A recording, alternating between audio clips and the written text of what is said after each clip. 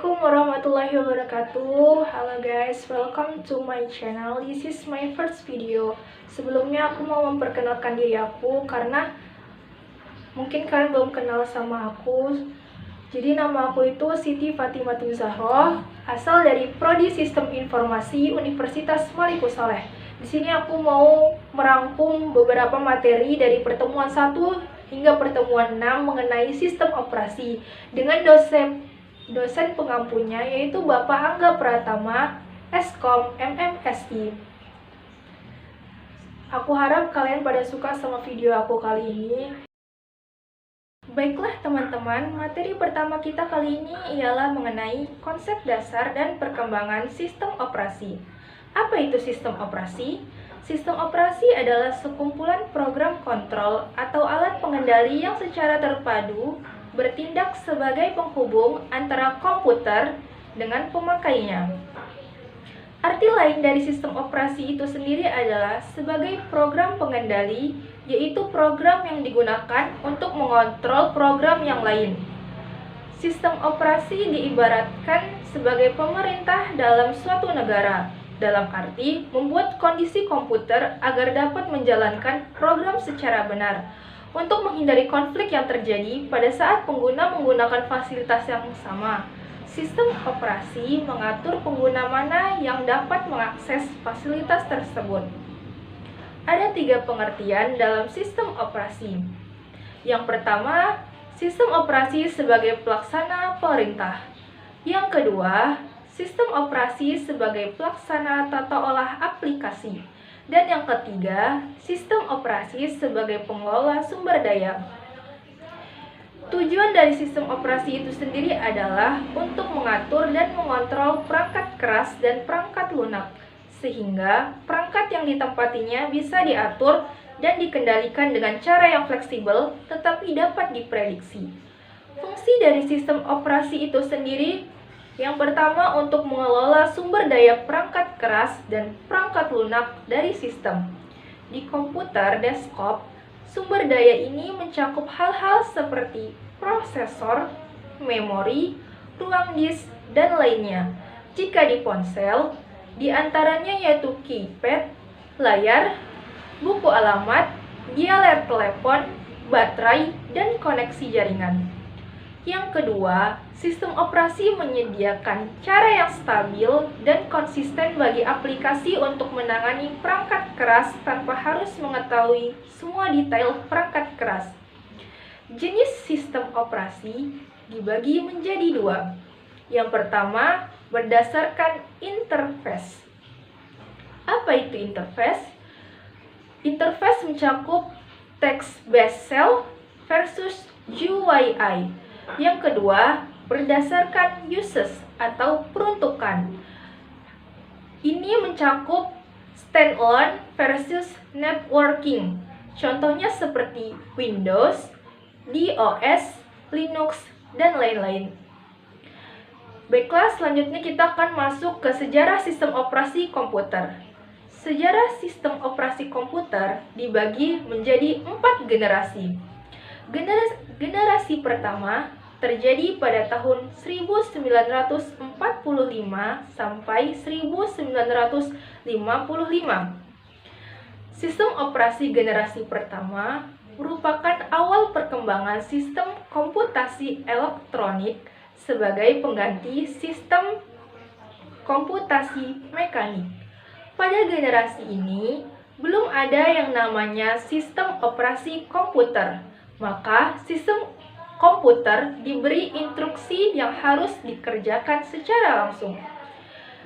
Sistem operasi generasi kedua terjadi pada tahun 1955 sampai 1965. Sistem operasi generasi kedua memperkenalkan BPS atau Batch Processing System, yaitu pekerjaan yang dilakukan dalam satu rangkaian, lalu dieksekusi secara berurutan. Pada generasi ini, sistem komputer belum dilengkapi dengan sistem operasi, tetapi beberapa fungsi sistem operasi telah tersedia. Sistem operasi generasi ketiga terjadi pada tahun 1965 sampai 1960. Pada generasi ini, perkembangan sistem operasi dikembangkan untuk melayani banyak pemakai sekaligus, di mana user atau pengguna dapat berkomunikasi lewat terminal secara online ke komputer. Maka, sistem operasi menjadi multi-user atau digunakan oleh banyak pengguna sekaligus, dan multi-programming, melayani banyak program. Sistem operasi generasi keempat terjadi pada tahun 1980-an sampai pasca 1980-an. Sistem ini terjadi masih pada tahun yang sama. Sistem operasi generasi keempat ini digunakan untuk jaringan komputer, di mana user menyadari keberadaan komputer-komputer yang saling terhubung satu dengan yang lain. Nah, teman-teman, itulah tadi sejarah sistem operasi berdasarkan generasinya. Berikutnya, kita lanjut kepada jenis-jenis sistem operasi pada komputer. Yang pertama ada Windows. Kalian pasti sudah mengenal apa itu Windows. Windows merupakan sistem operasi yang dikembangkan secara GUI atau Graphical User Interface oleh perusahaan yang dikembangkan oleh Bill Gates, yaitu Microsoft. Dirilis pertama kali pada tanggal 20 November 1985, Windows 1.0 ini bukanlah sistem operasi yang lengkap karena merupakan MS-DOS yang disempurnakan. Namun, masih memiliki kelemahan-kelemahan MS-DOS yang merupakan sistem operasi yang dikembangkan dari QDOS yang lisensinya dibeli oleh Microsoft pada saat itu. Yang kedua ada Linux. Linux sendiri merupakan nama yang diberikan sistem komputer bertipe Unix. Linux merupakan salah satu contoh hasil pengembangan perangkat lunak berbasis terbuka dan sumber utama terbuka. Jika asal-usul MS-DOS atau Windows berasal dari pengembangan QDOS yang dilakukan oleh Bill Gates, maka Unix merupakan salah satu sistem operasi yang mengawali lahirnya Linux. Pada tahun 1965, para ahli membuat sistem operasi bernama Multis. Sistem ini awalnya didesain dengan harapan akan menciptakan beberapa keunggulan seperti multi-user, multiprosesor, dan multi-level file system. Namun, pada tahun 1969, pembuatan program ini dihentikan karena sistem ini sudah tidak memenuhi tujuan semula. Pada tahun 1991 di Finlandia, seorang mahasiswa ilmu komputer bernama Linus Torvald berhasil mengembangkan OS berbasis Unix dari sistem operasi Minix yang diberi nama Linux. Pada bulan Agustus 1991, lahirlah Linux 0,01 Operakan Linux, dan pada tanggal 5 Oktober 1991 secara resmi Linux mengumumkan Linux 0,02 yang hanya dapat menjalankan Bash dan G komputer. Selain itu, Linux juga mempublikasikan sistem operasi buatannya tersebut lengkap dengan ditemui komputer yang tiba-tiba hang dan harus menekan tombol Ctrl Alt dan Del atau restart untuk mengakhiri kejadian tersebut. Hingga saat ini, Linux berkembang pesat karena OS-nya yang free. Linux juga sebagai satu-satunya OS yang berbasis open source yang dapat dimodifikasi oleh siapa saja yang ingin mengembangkan Linux. Hingga lahirlah berbagai OS berbasis Linux seperti Fedora Core, Ubuntu, Mandrake, dan lain-lain. Bahkan pada tahun 2002 di Indonesia sendiri juga lahir berbagai OS buatan anak negeri berbasis Linux bermunculan, diantaranya TrueStick Merdeka, Winbee, Rimba Linux, dan Komura. Yang ketiga ada Mac. Teman-teman pasti tidak asing dengan apa itu Mac. Mac atau Macintosh Operating System, Mac OS, merupakan sistem operasi komputer yang dibuat oleh Apple yang sebelumnya bernama Apple Computer Inc. dan merupakan sebuah perusahaan Silicon Valley yang bergerak di bidang komputer. Mac OS merupakan OS pertama yang menggunakan sistem GUI. Para pemakai komputer begitu takjub melihat Macintosh yang sistemnya sangat berorientasi kepada pemakainya. Pemakai tidak perlu banyak menulis perintah, cukup menunjuk gambar yang ada. Mac OS dibuat khusus untuk komputer Macintosh dan tidak compatible dengan PC berbasis IBM yang umum digunakan. Diperkenalkan pada tahun 1984, Mac OS sejak tahun 2006 telah memiliki kompatibilitas dengan arsitektur PowerPC maupun x86. Yang paling terkenal dan cukup unik yaitu versi Mac OS 10 yang diluncurkan pada tahun 2000. Mac OS 10 menggunakan kernel BSD sehingga beberapa kalangan mengatakan bahwa Mac OS 10 termasuk dalam keluarga Unix. Dan hal menarik lainnya dari OS ini adalah keindahan tampilannya sehingga menjadikannya panutan bagi pengembang desktop lain. Untuk materi selanjutnya, kita akan membahas tentang hardware dan software. Teman-teman pasti tidak asing dengan apa itu hardware dan software. Ya, hardware merupakan perangkat keras dan software merupakan perangkat lunak. Namun kita akan membahas satu-satu terlebih dahulu mengenai hardware dan software. Yang pertama kita akan membahas tentang hardware. Hardware atau perangkat keras komputer merupakan bagian dari sistem komputer sebagai perangkat yang dapat diraba, dilihat secara fisik dan bertindak untuk menjalankan instruksi dari perangkat lunak atau software. Perangkat keras komputer juga disebut dengan hardware. Hardware berperan secara menyeluruh terhadap kinerja suatu sistem komputer. Cara kerja perangkat keras komputer atau hardware adalah hardware secara fundamental mempunyai bagian non-fisik yang disebut firmware. Firmware berfungsi sebagai penyedia instruksi dasar yang dapat dilakukan sebuah hardware. Firmware disimpan dalam chip memori khusus pada suatu hardware yang dapat berupa ROM atau EEPROM. Firmware berupa sebuah perangkat lunak kecil atau software yang biasanya ditulis dalam bahasa pemrograman rendah untuk menghasilkan instruksi dasar yang dapat digunakan oleh hardware bersangkutan secara cepat. Instruksi dasar ini dapat dibedakan menjadi 3, yaitu yang pertama ada instruksi dasar input. Instruksi dasar input adalah instruksi yang dapat memberikan informasi kepada perangkat lunak lainnya, yaitu sistem operasi dengan perantara driver. Hal ini terjadi saat pengguna berinteraksi dengan hardware bersangkutan. Misalnya mengetik dengan keyboard, menggeser mouse, dan lain-lain. Yang kedua ada instruksi dasar proses.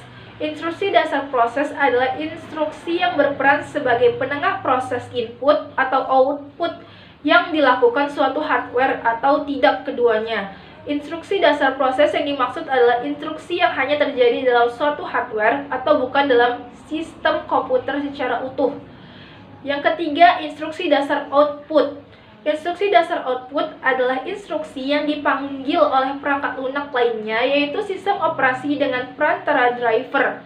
Hal ini terjadi saat ada perintah untuk menggunakan hardware tersebut dari pengguna, misalnya memutar video dengan monitor, mencetak dokumen dengan printer, dan lain-lain. Selanjutnya, kita akan masuk ke dalam jenis-jenis perangkat keras komputer dan fungsinya. Sistem komputer terdiri dari 5 jenis perangkat keras, yaitu perangkat keras input, perangkat keras proses, perangkat keras output, perangkat keras penyimpanan, dan perangkat keras kelistrikan. Kelima perangkat keras ini diatur sedemikian rupa membentuk sistem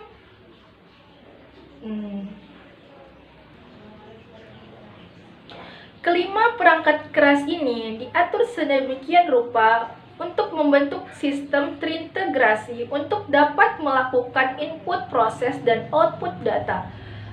Yang pertama, kita langsung aja membahas tentang perangkat keras input. Perangkat keras input adalah jenis hardware yang berfungsi untuk memasukkan data atau input ke dalam memori sistem komputer. Perangkat keras input utama dari sebuah sistem komputer adalah keyboard.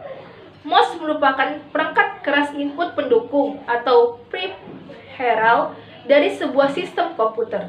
Contoh lainnya dari perangkat keras ini adalah scanner dan room drive. Yang kedua ada perangkat keras proses.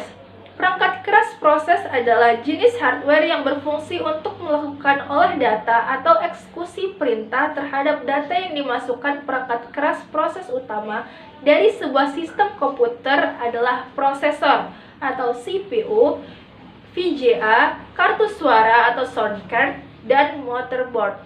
Yang ketiga ada perangkat keras output.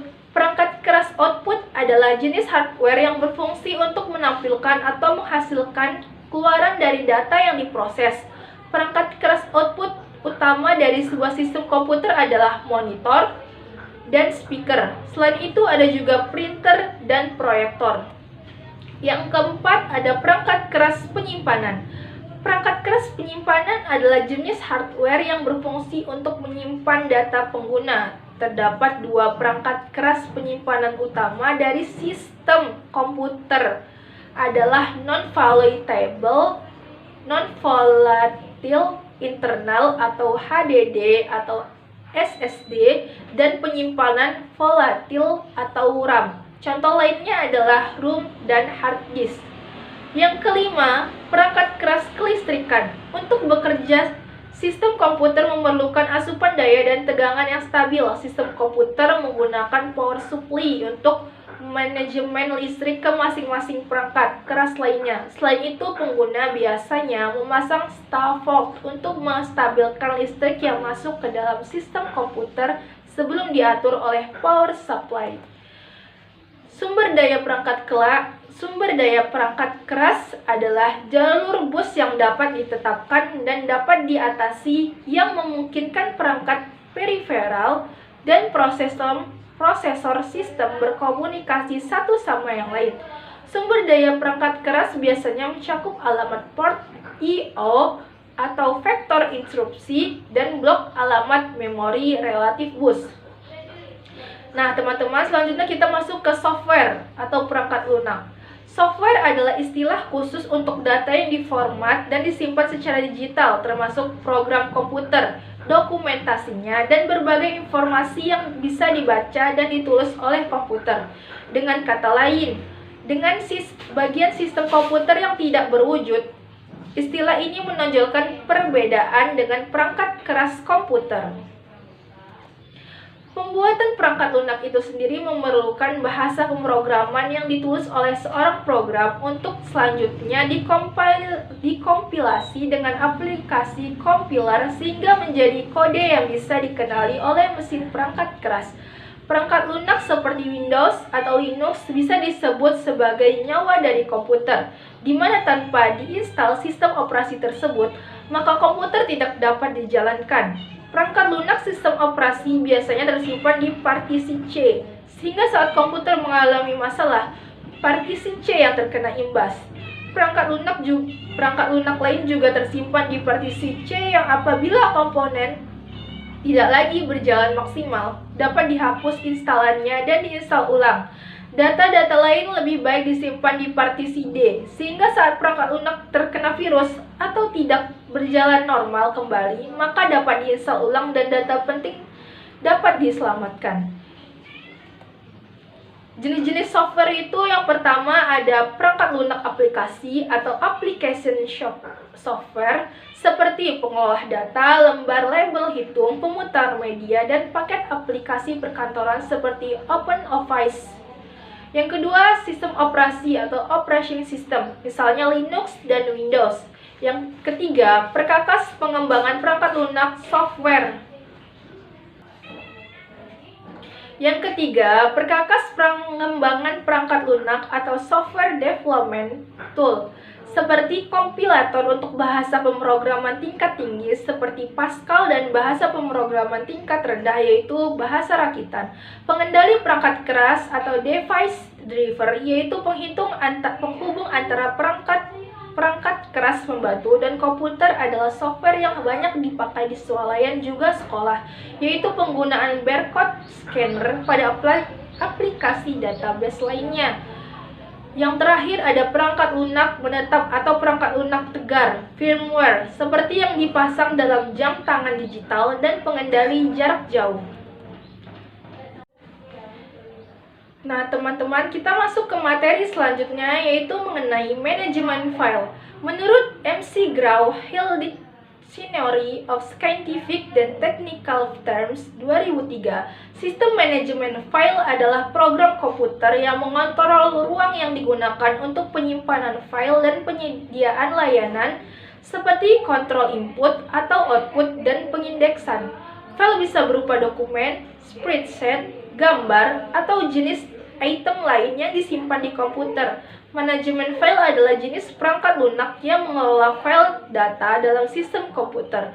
Sistem manajemen file menangani bagaimana file diatur, bukan hanya sekadar mengorganisir cara penyimpanan saja, tetapi digunakan untuk operasi pemeliharaan atau pengaturan file. Dasar dari manajemen file adalah proses penamaan, penyimpanan, dan pengambilan file secara terorganisir. Manfaat manajemen file adalah untuk mengatur data penting dan menyediakan database yang dapat dicari untuk pengambilan cepat. Fungsi sistem manajemen file adalah untuk meningkatkan keseluruhan fungsi kerja apapun secara efektif. Bila dilakukan secara efisien, manajemen file dapat menghemat waktu dengan sistem manajemen file yang baik dan menjaga penamaan dan penyimpanan yang konsisten. Kita akan selalu tahu persis di mana menemukan file tertentu tanpa harus membuang waktu mencari. Setiap file di komputer adalah bagian dari sistem susunan file yang kompleks yang terdiri dari direktori dan subdirektori. File disimpan dalam direktori ini biasanya mengikuti struktur hierarki yang telah ditentukan sebelumnya, yang ditentukan oleh instruksi program. Komponen pelacakan sistem manajemen file adalah kunci untuk pembuatan manajemen sistem ini, di mana dokumen yang berisi berbagai tahapan pemrosesan dibagikan dan ditukar secara berkelanjutan. Manajemen file terdiri dari antarmuka langsung, tempat file yang disimpan ditampilkan.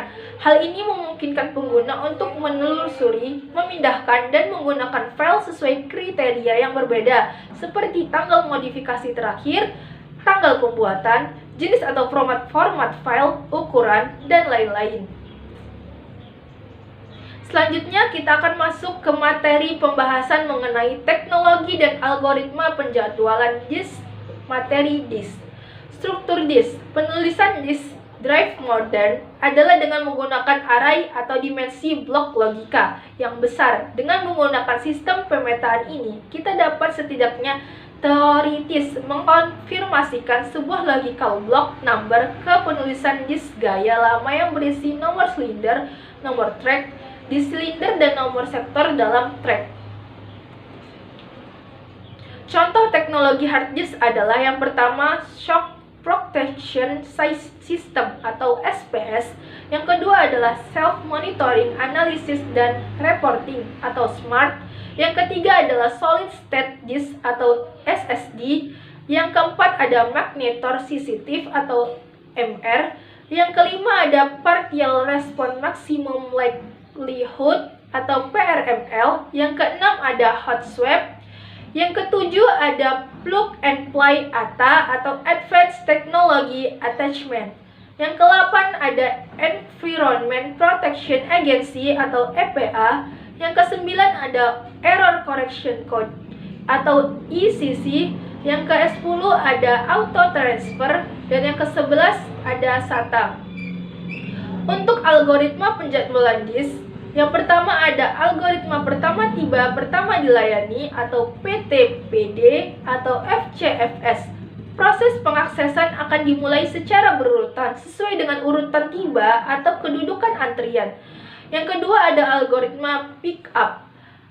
Pada algoritma ini, buku tulis baca akan membaca atau menuju ke track yang terdapat pada urutan awal antrian sambil mengakses track yang dilalui. Yang ketiga ada algoritma waktu cari terpendek dipertamakan atau WCTD. Proses dilaksanakan terhadap track yang terdekat dengan hulu baca tulis atau shortest seed time first, di atas atau di bawah, kemudian mencari letak track yang terdekat di atas atau di bawah, dan seterusnya. Yang keempat ada algoritma loop. Pada algoritma ini, hulu tulis baca akan bergerak naik seperti pergerakan lift menuju antrian track terbesar pada disk sambil mengakses antrian track yang dilalui, kemudian turun menuju antrian track yang terkecil sambil mengakses track yang dilalui, dan track yang telah diakses tidak diakses lagi. Yang kelima ada algoritma circular loop. Pada algoritma ini, hulu tulis baca akan bergerak naik seperti pergerakan lift menuju antrian track terbesar pada disk sambil mengakses antrian track yang dilalui, kemudian turun menuju antrian track yang terkecil. Yang kelima ada algoritma circular loop.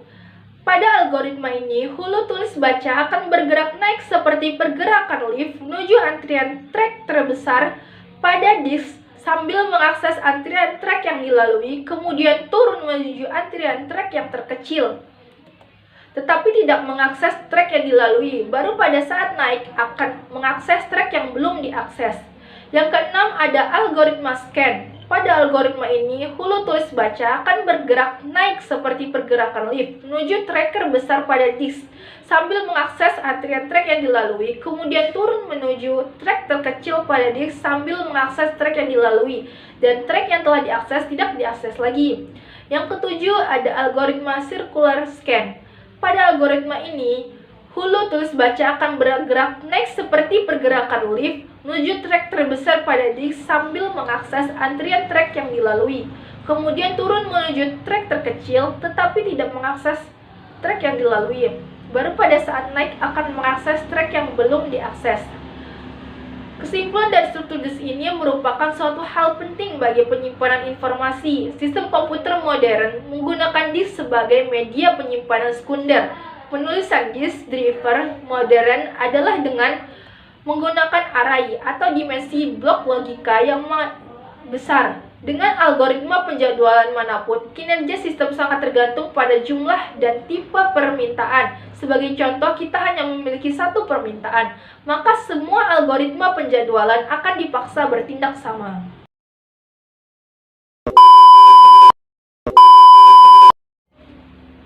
Untuk materi terakhir, teman-teman, kita akan membahas mengenai penjadwalan proses. Penjadwalan proses di sini memiliki makna kumpulan, kebijaksanaan, dan mekanisme di sebuah sistem operasi yang berkaitan dengan urutan proses kerja dalam memutuskan proses mana yang akan dijalankan dahulu, kapan berjalan, atau berapa lama proses itu berjalan.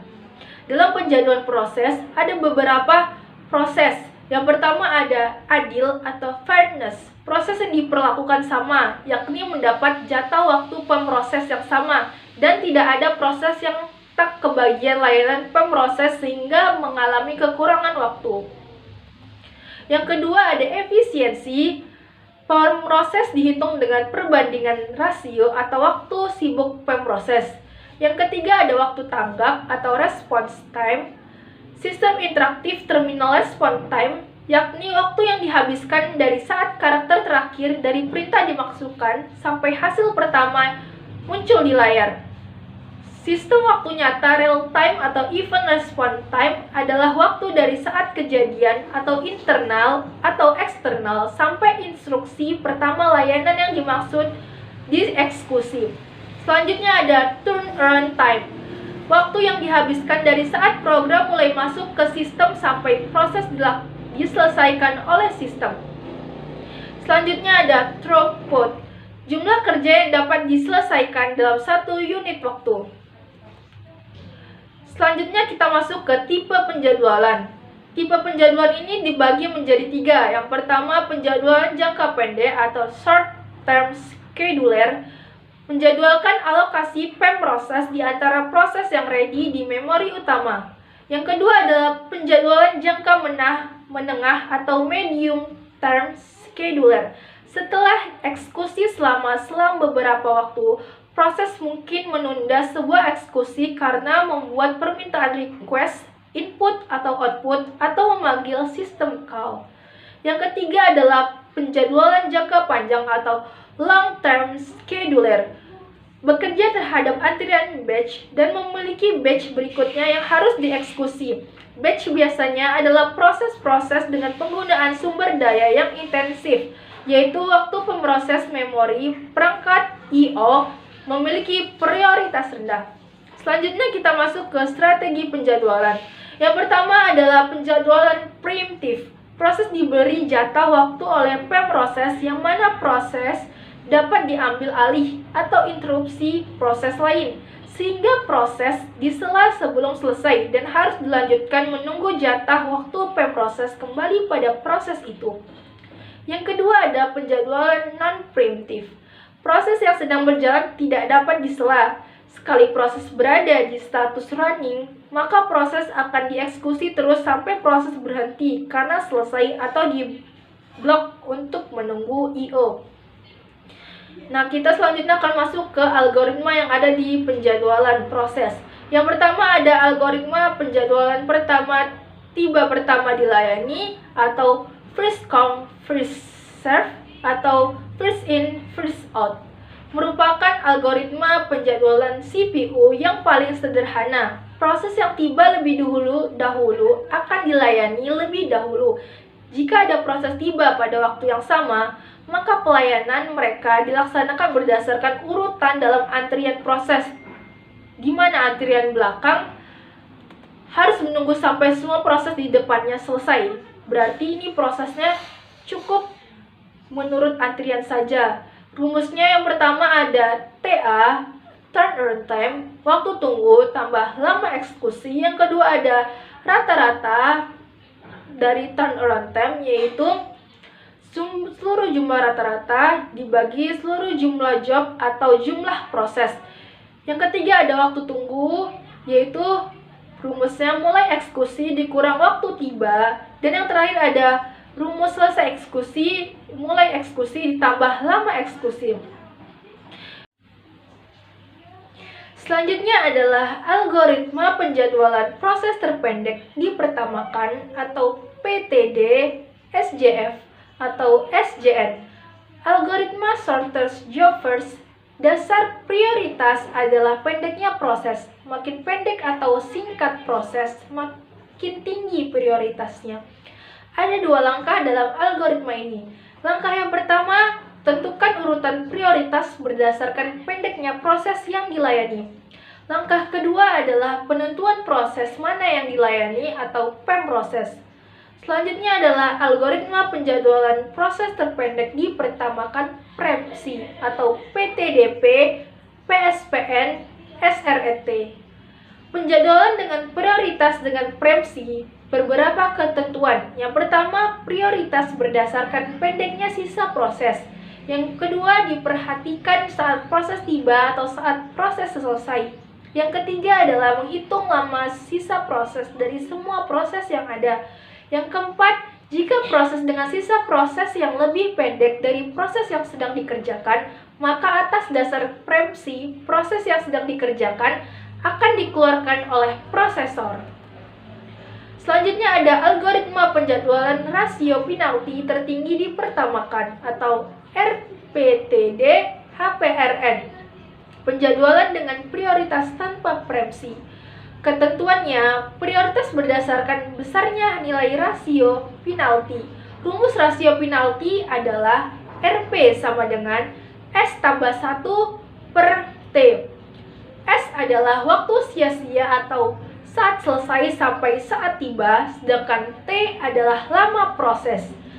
Tetap mendahulukan proses terpendek, namun prioritas proses panjang akan turut meningkat melalui peningkatan rasio penaltinya. Selanjutnya ada algoritma penjadwalan putar gelang atau round robin atau time slice. penjadwalan tanpa prioritas dengan preemsi.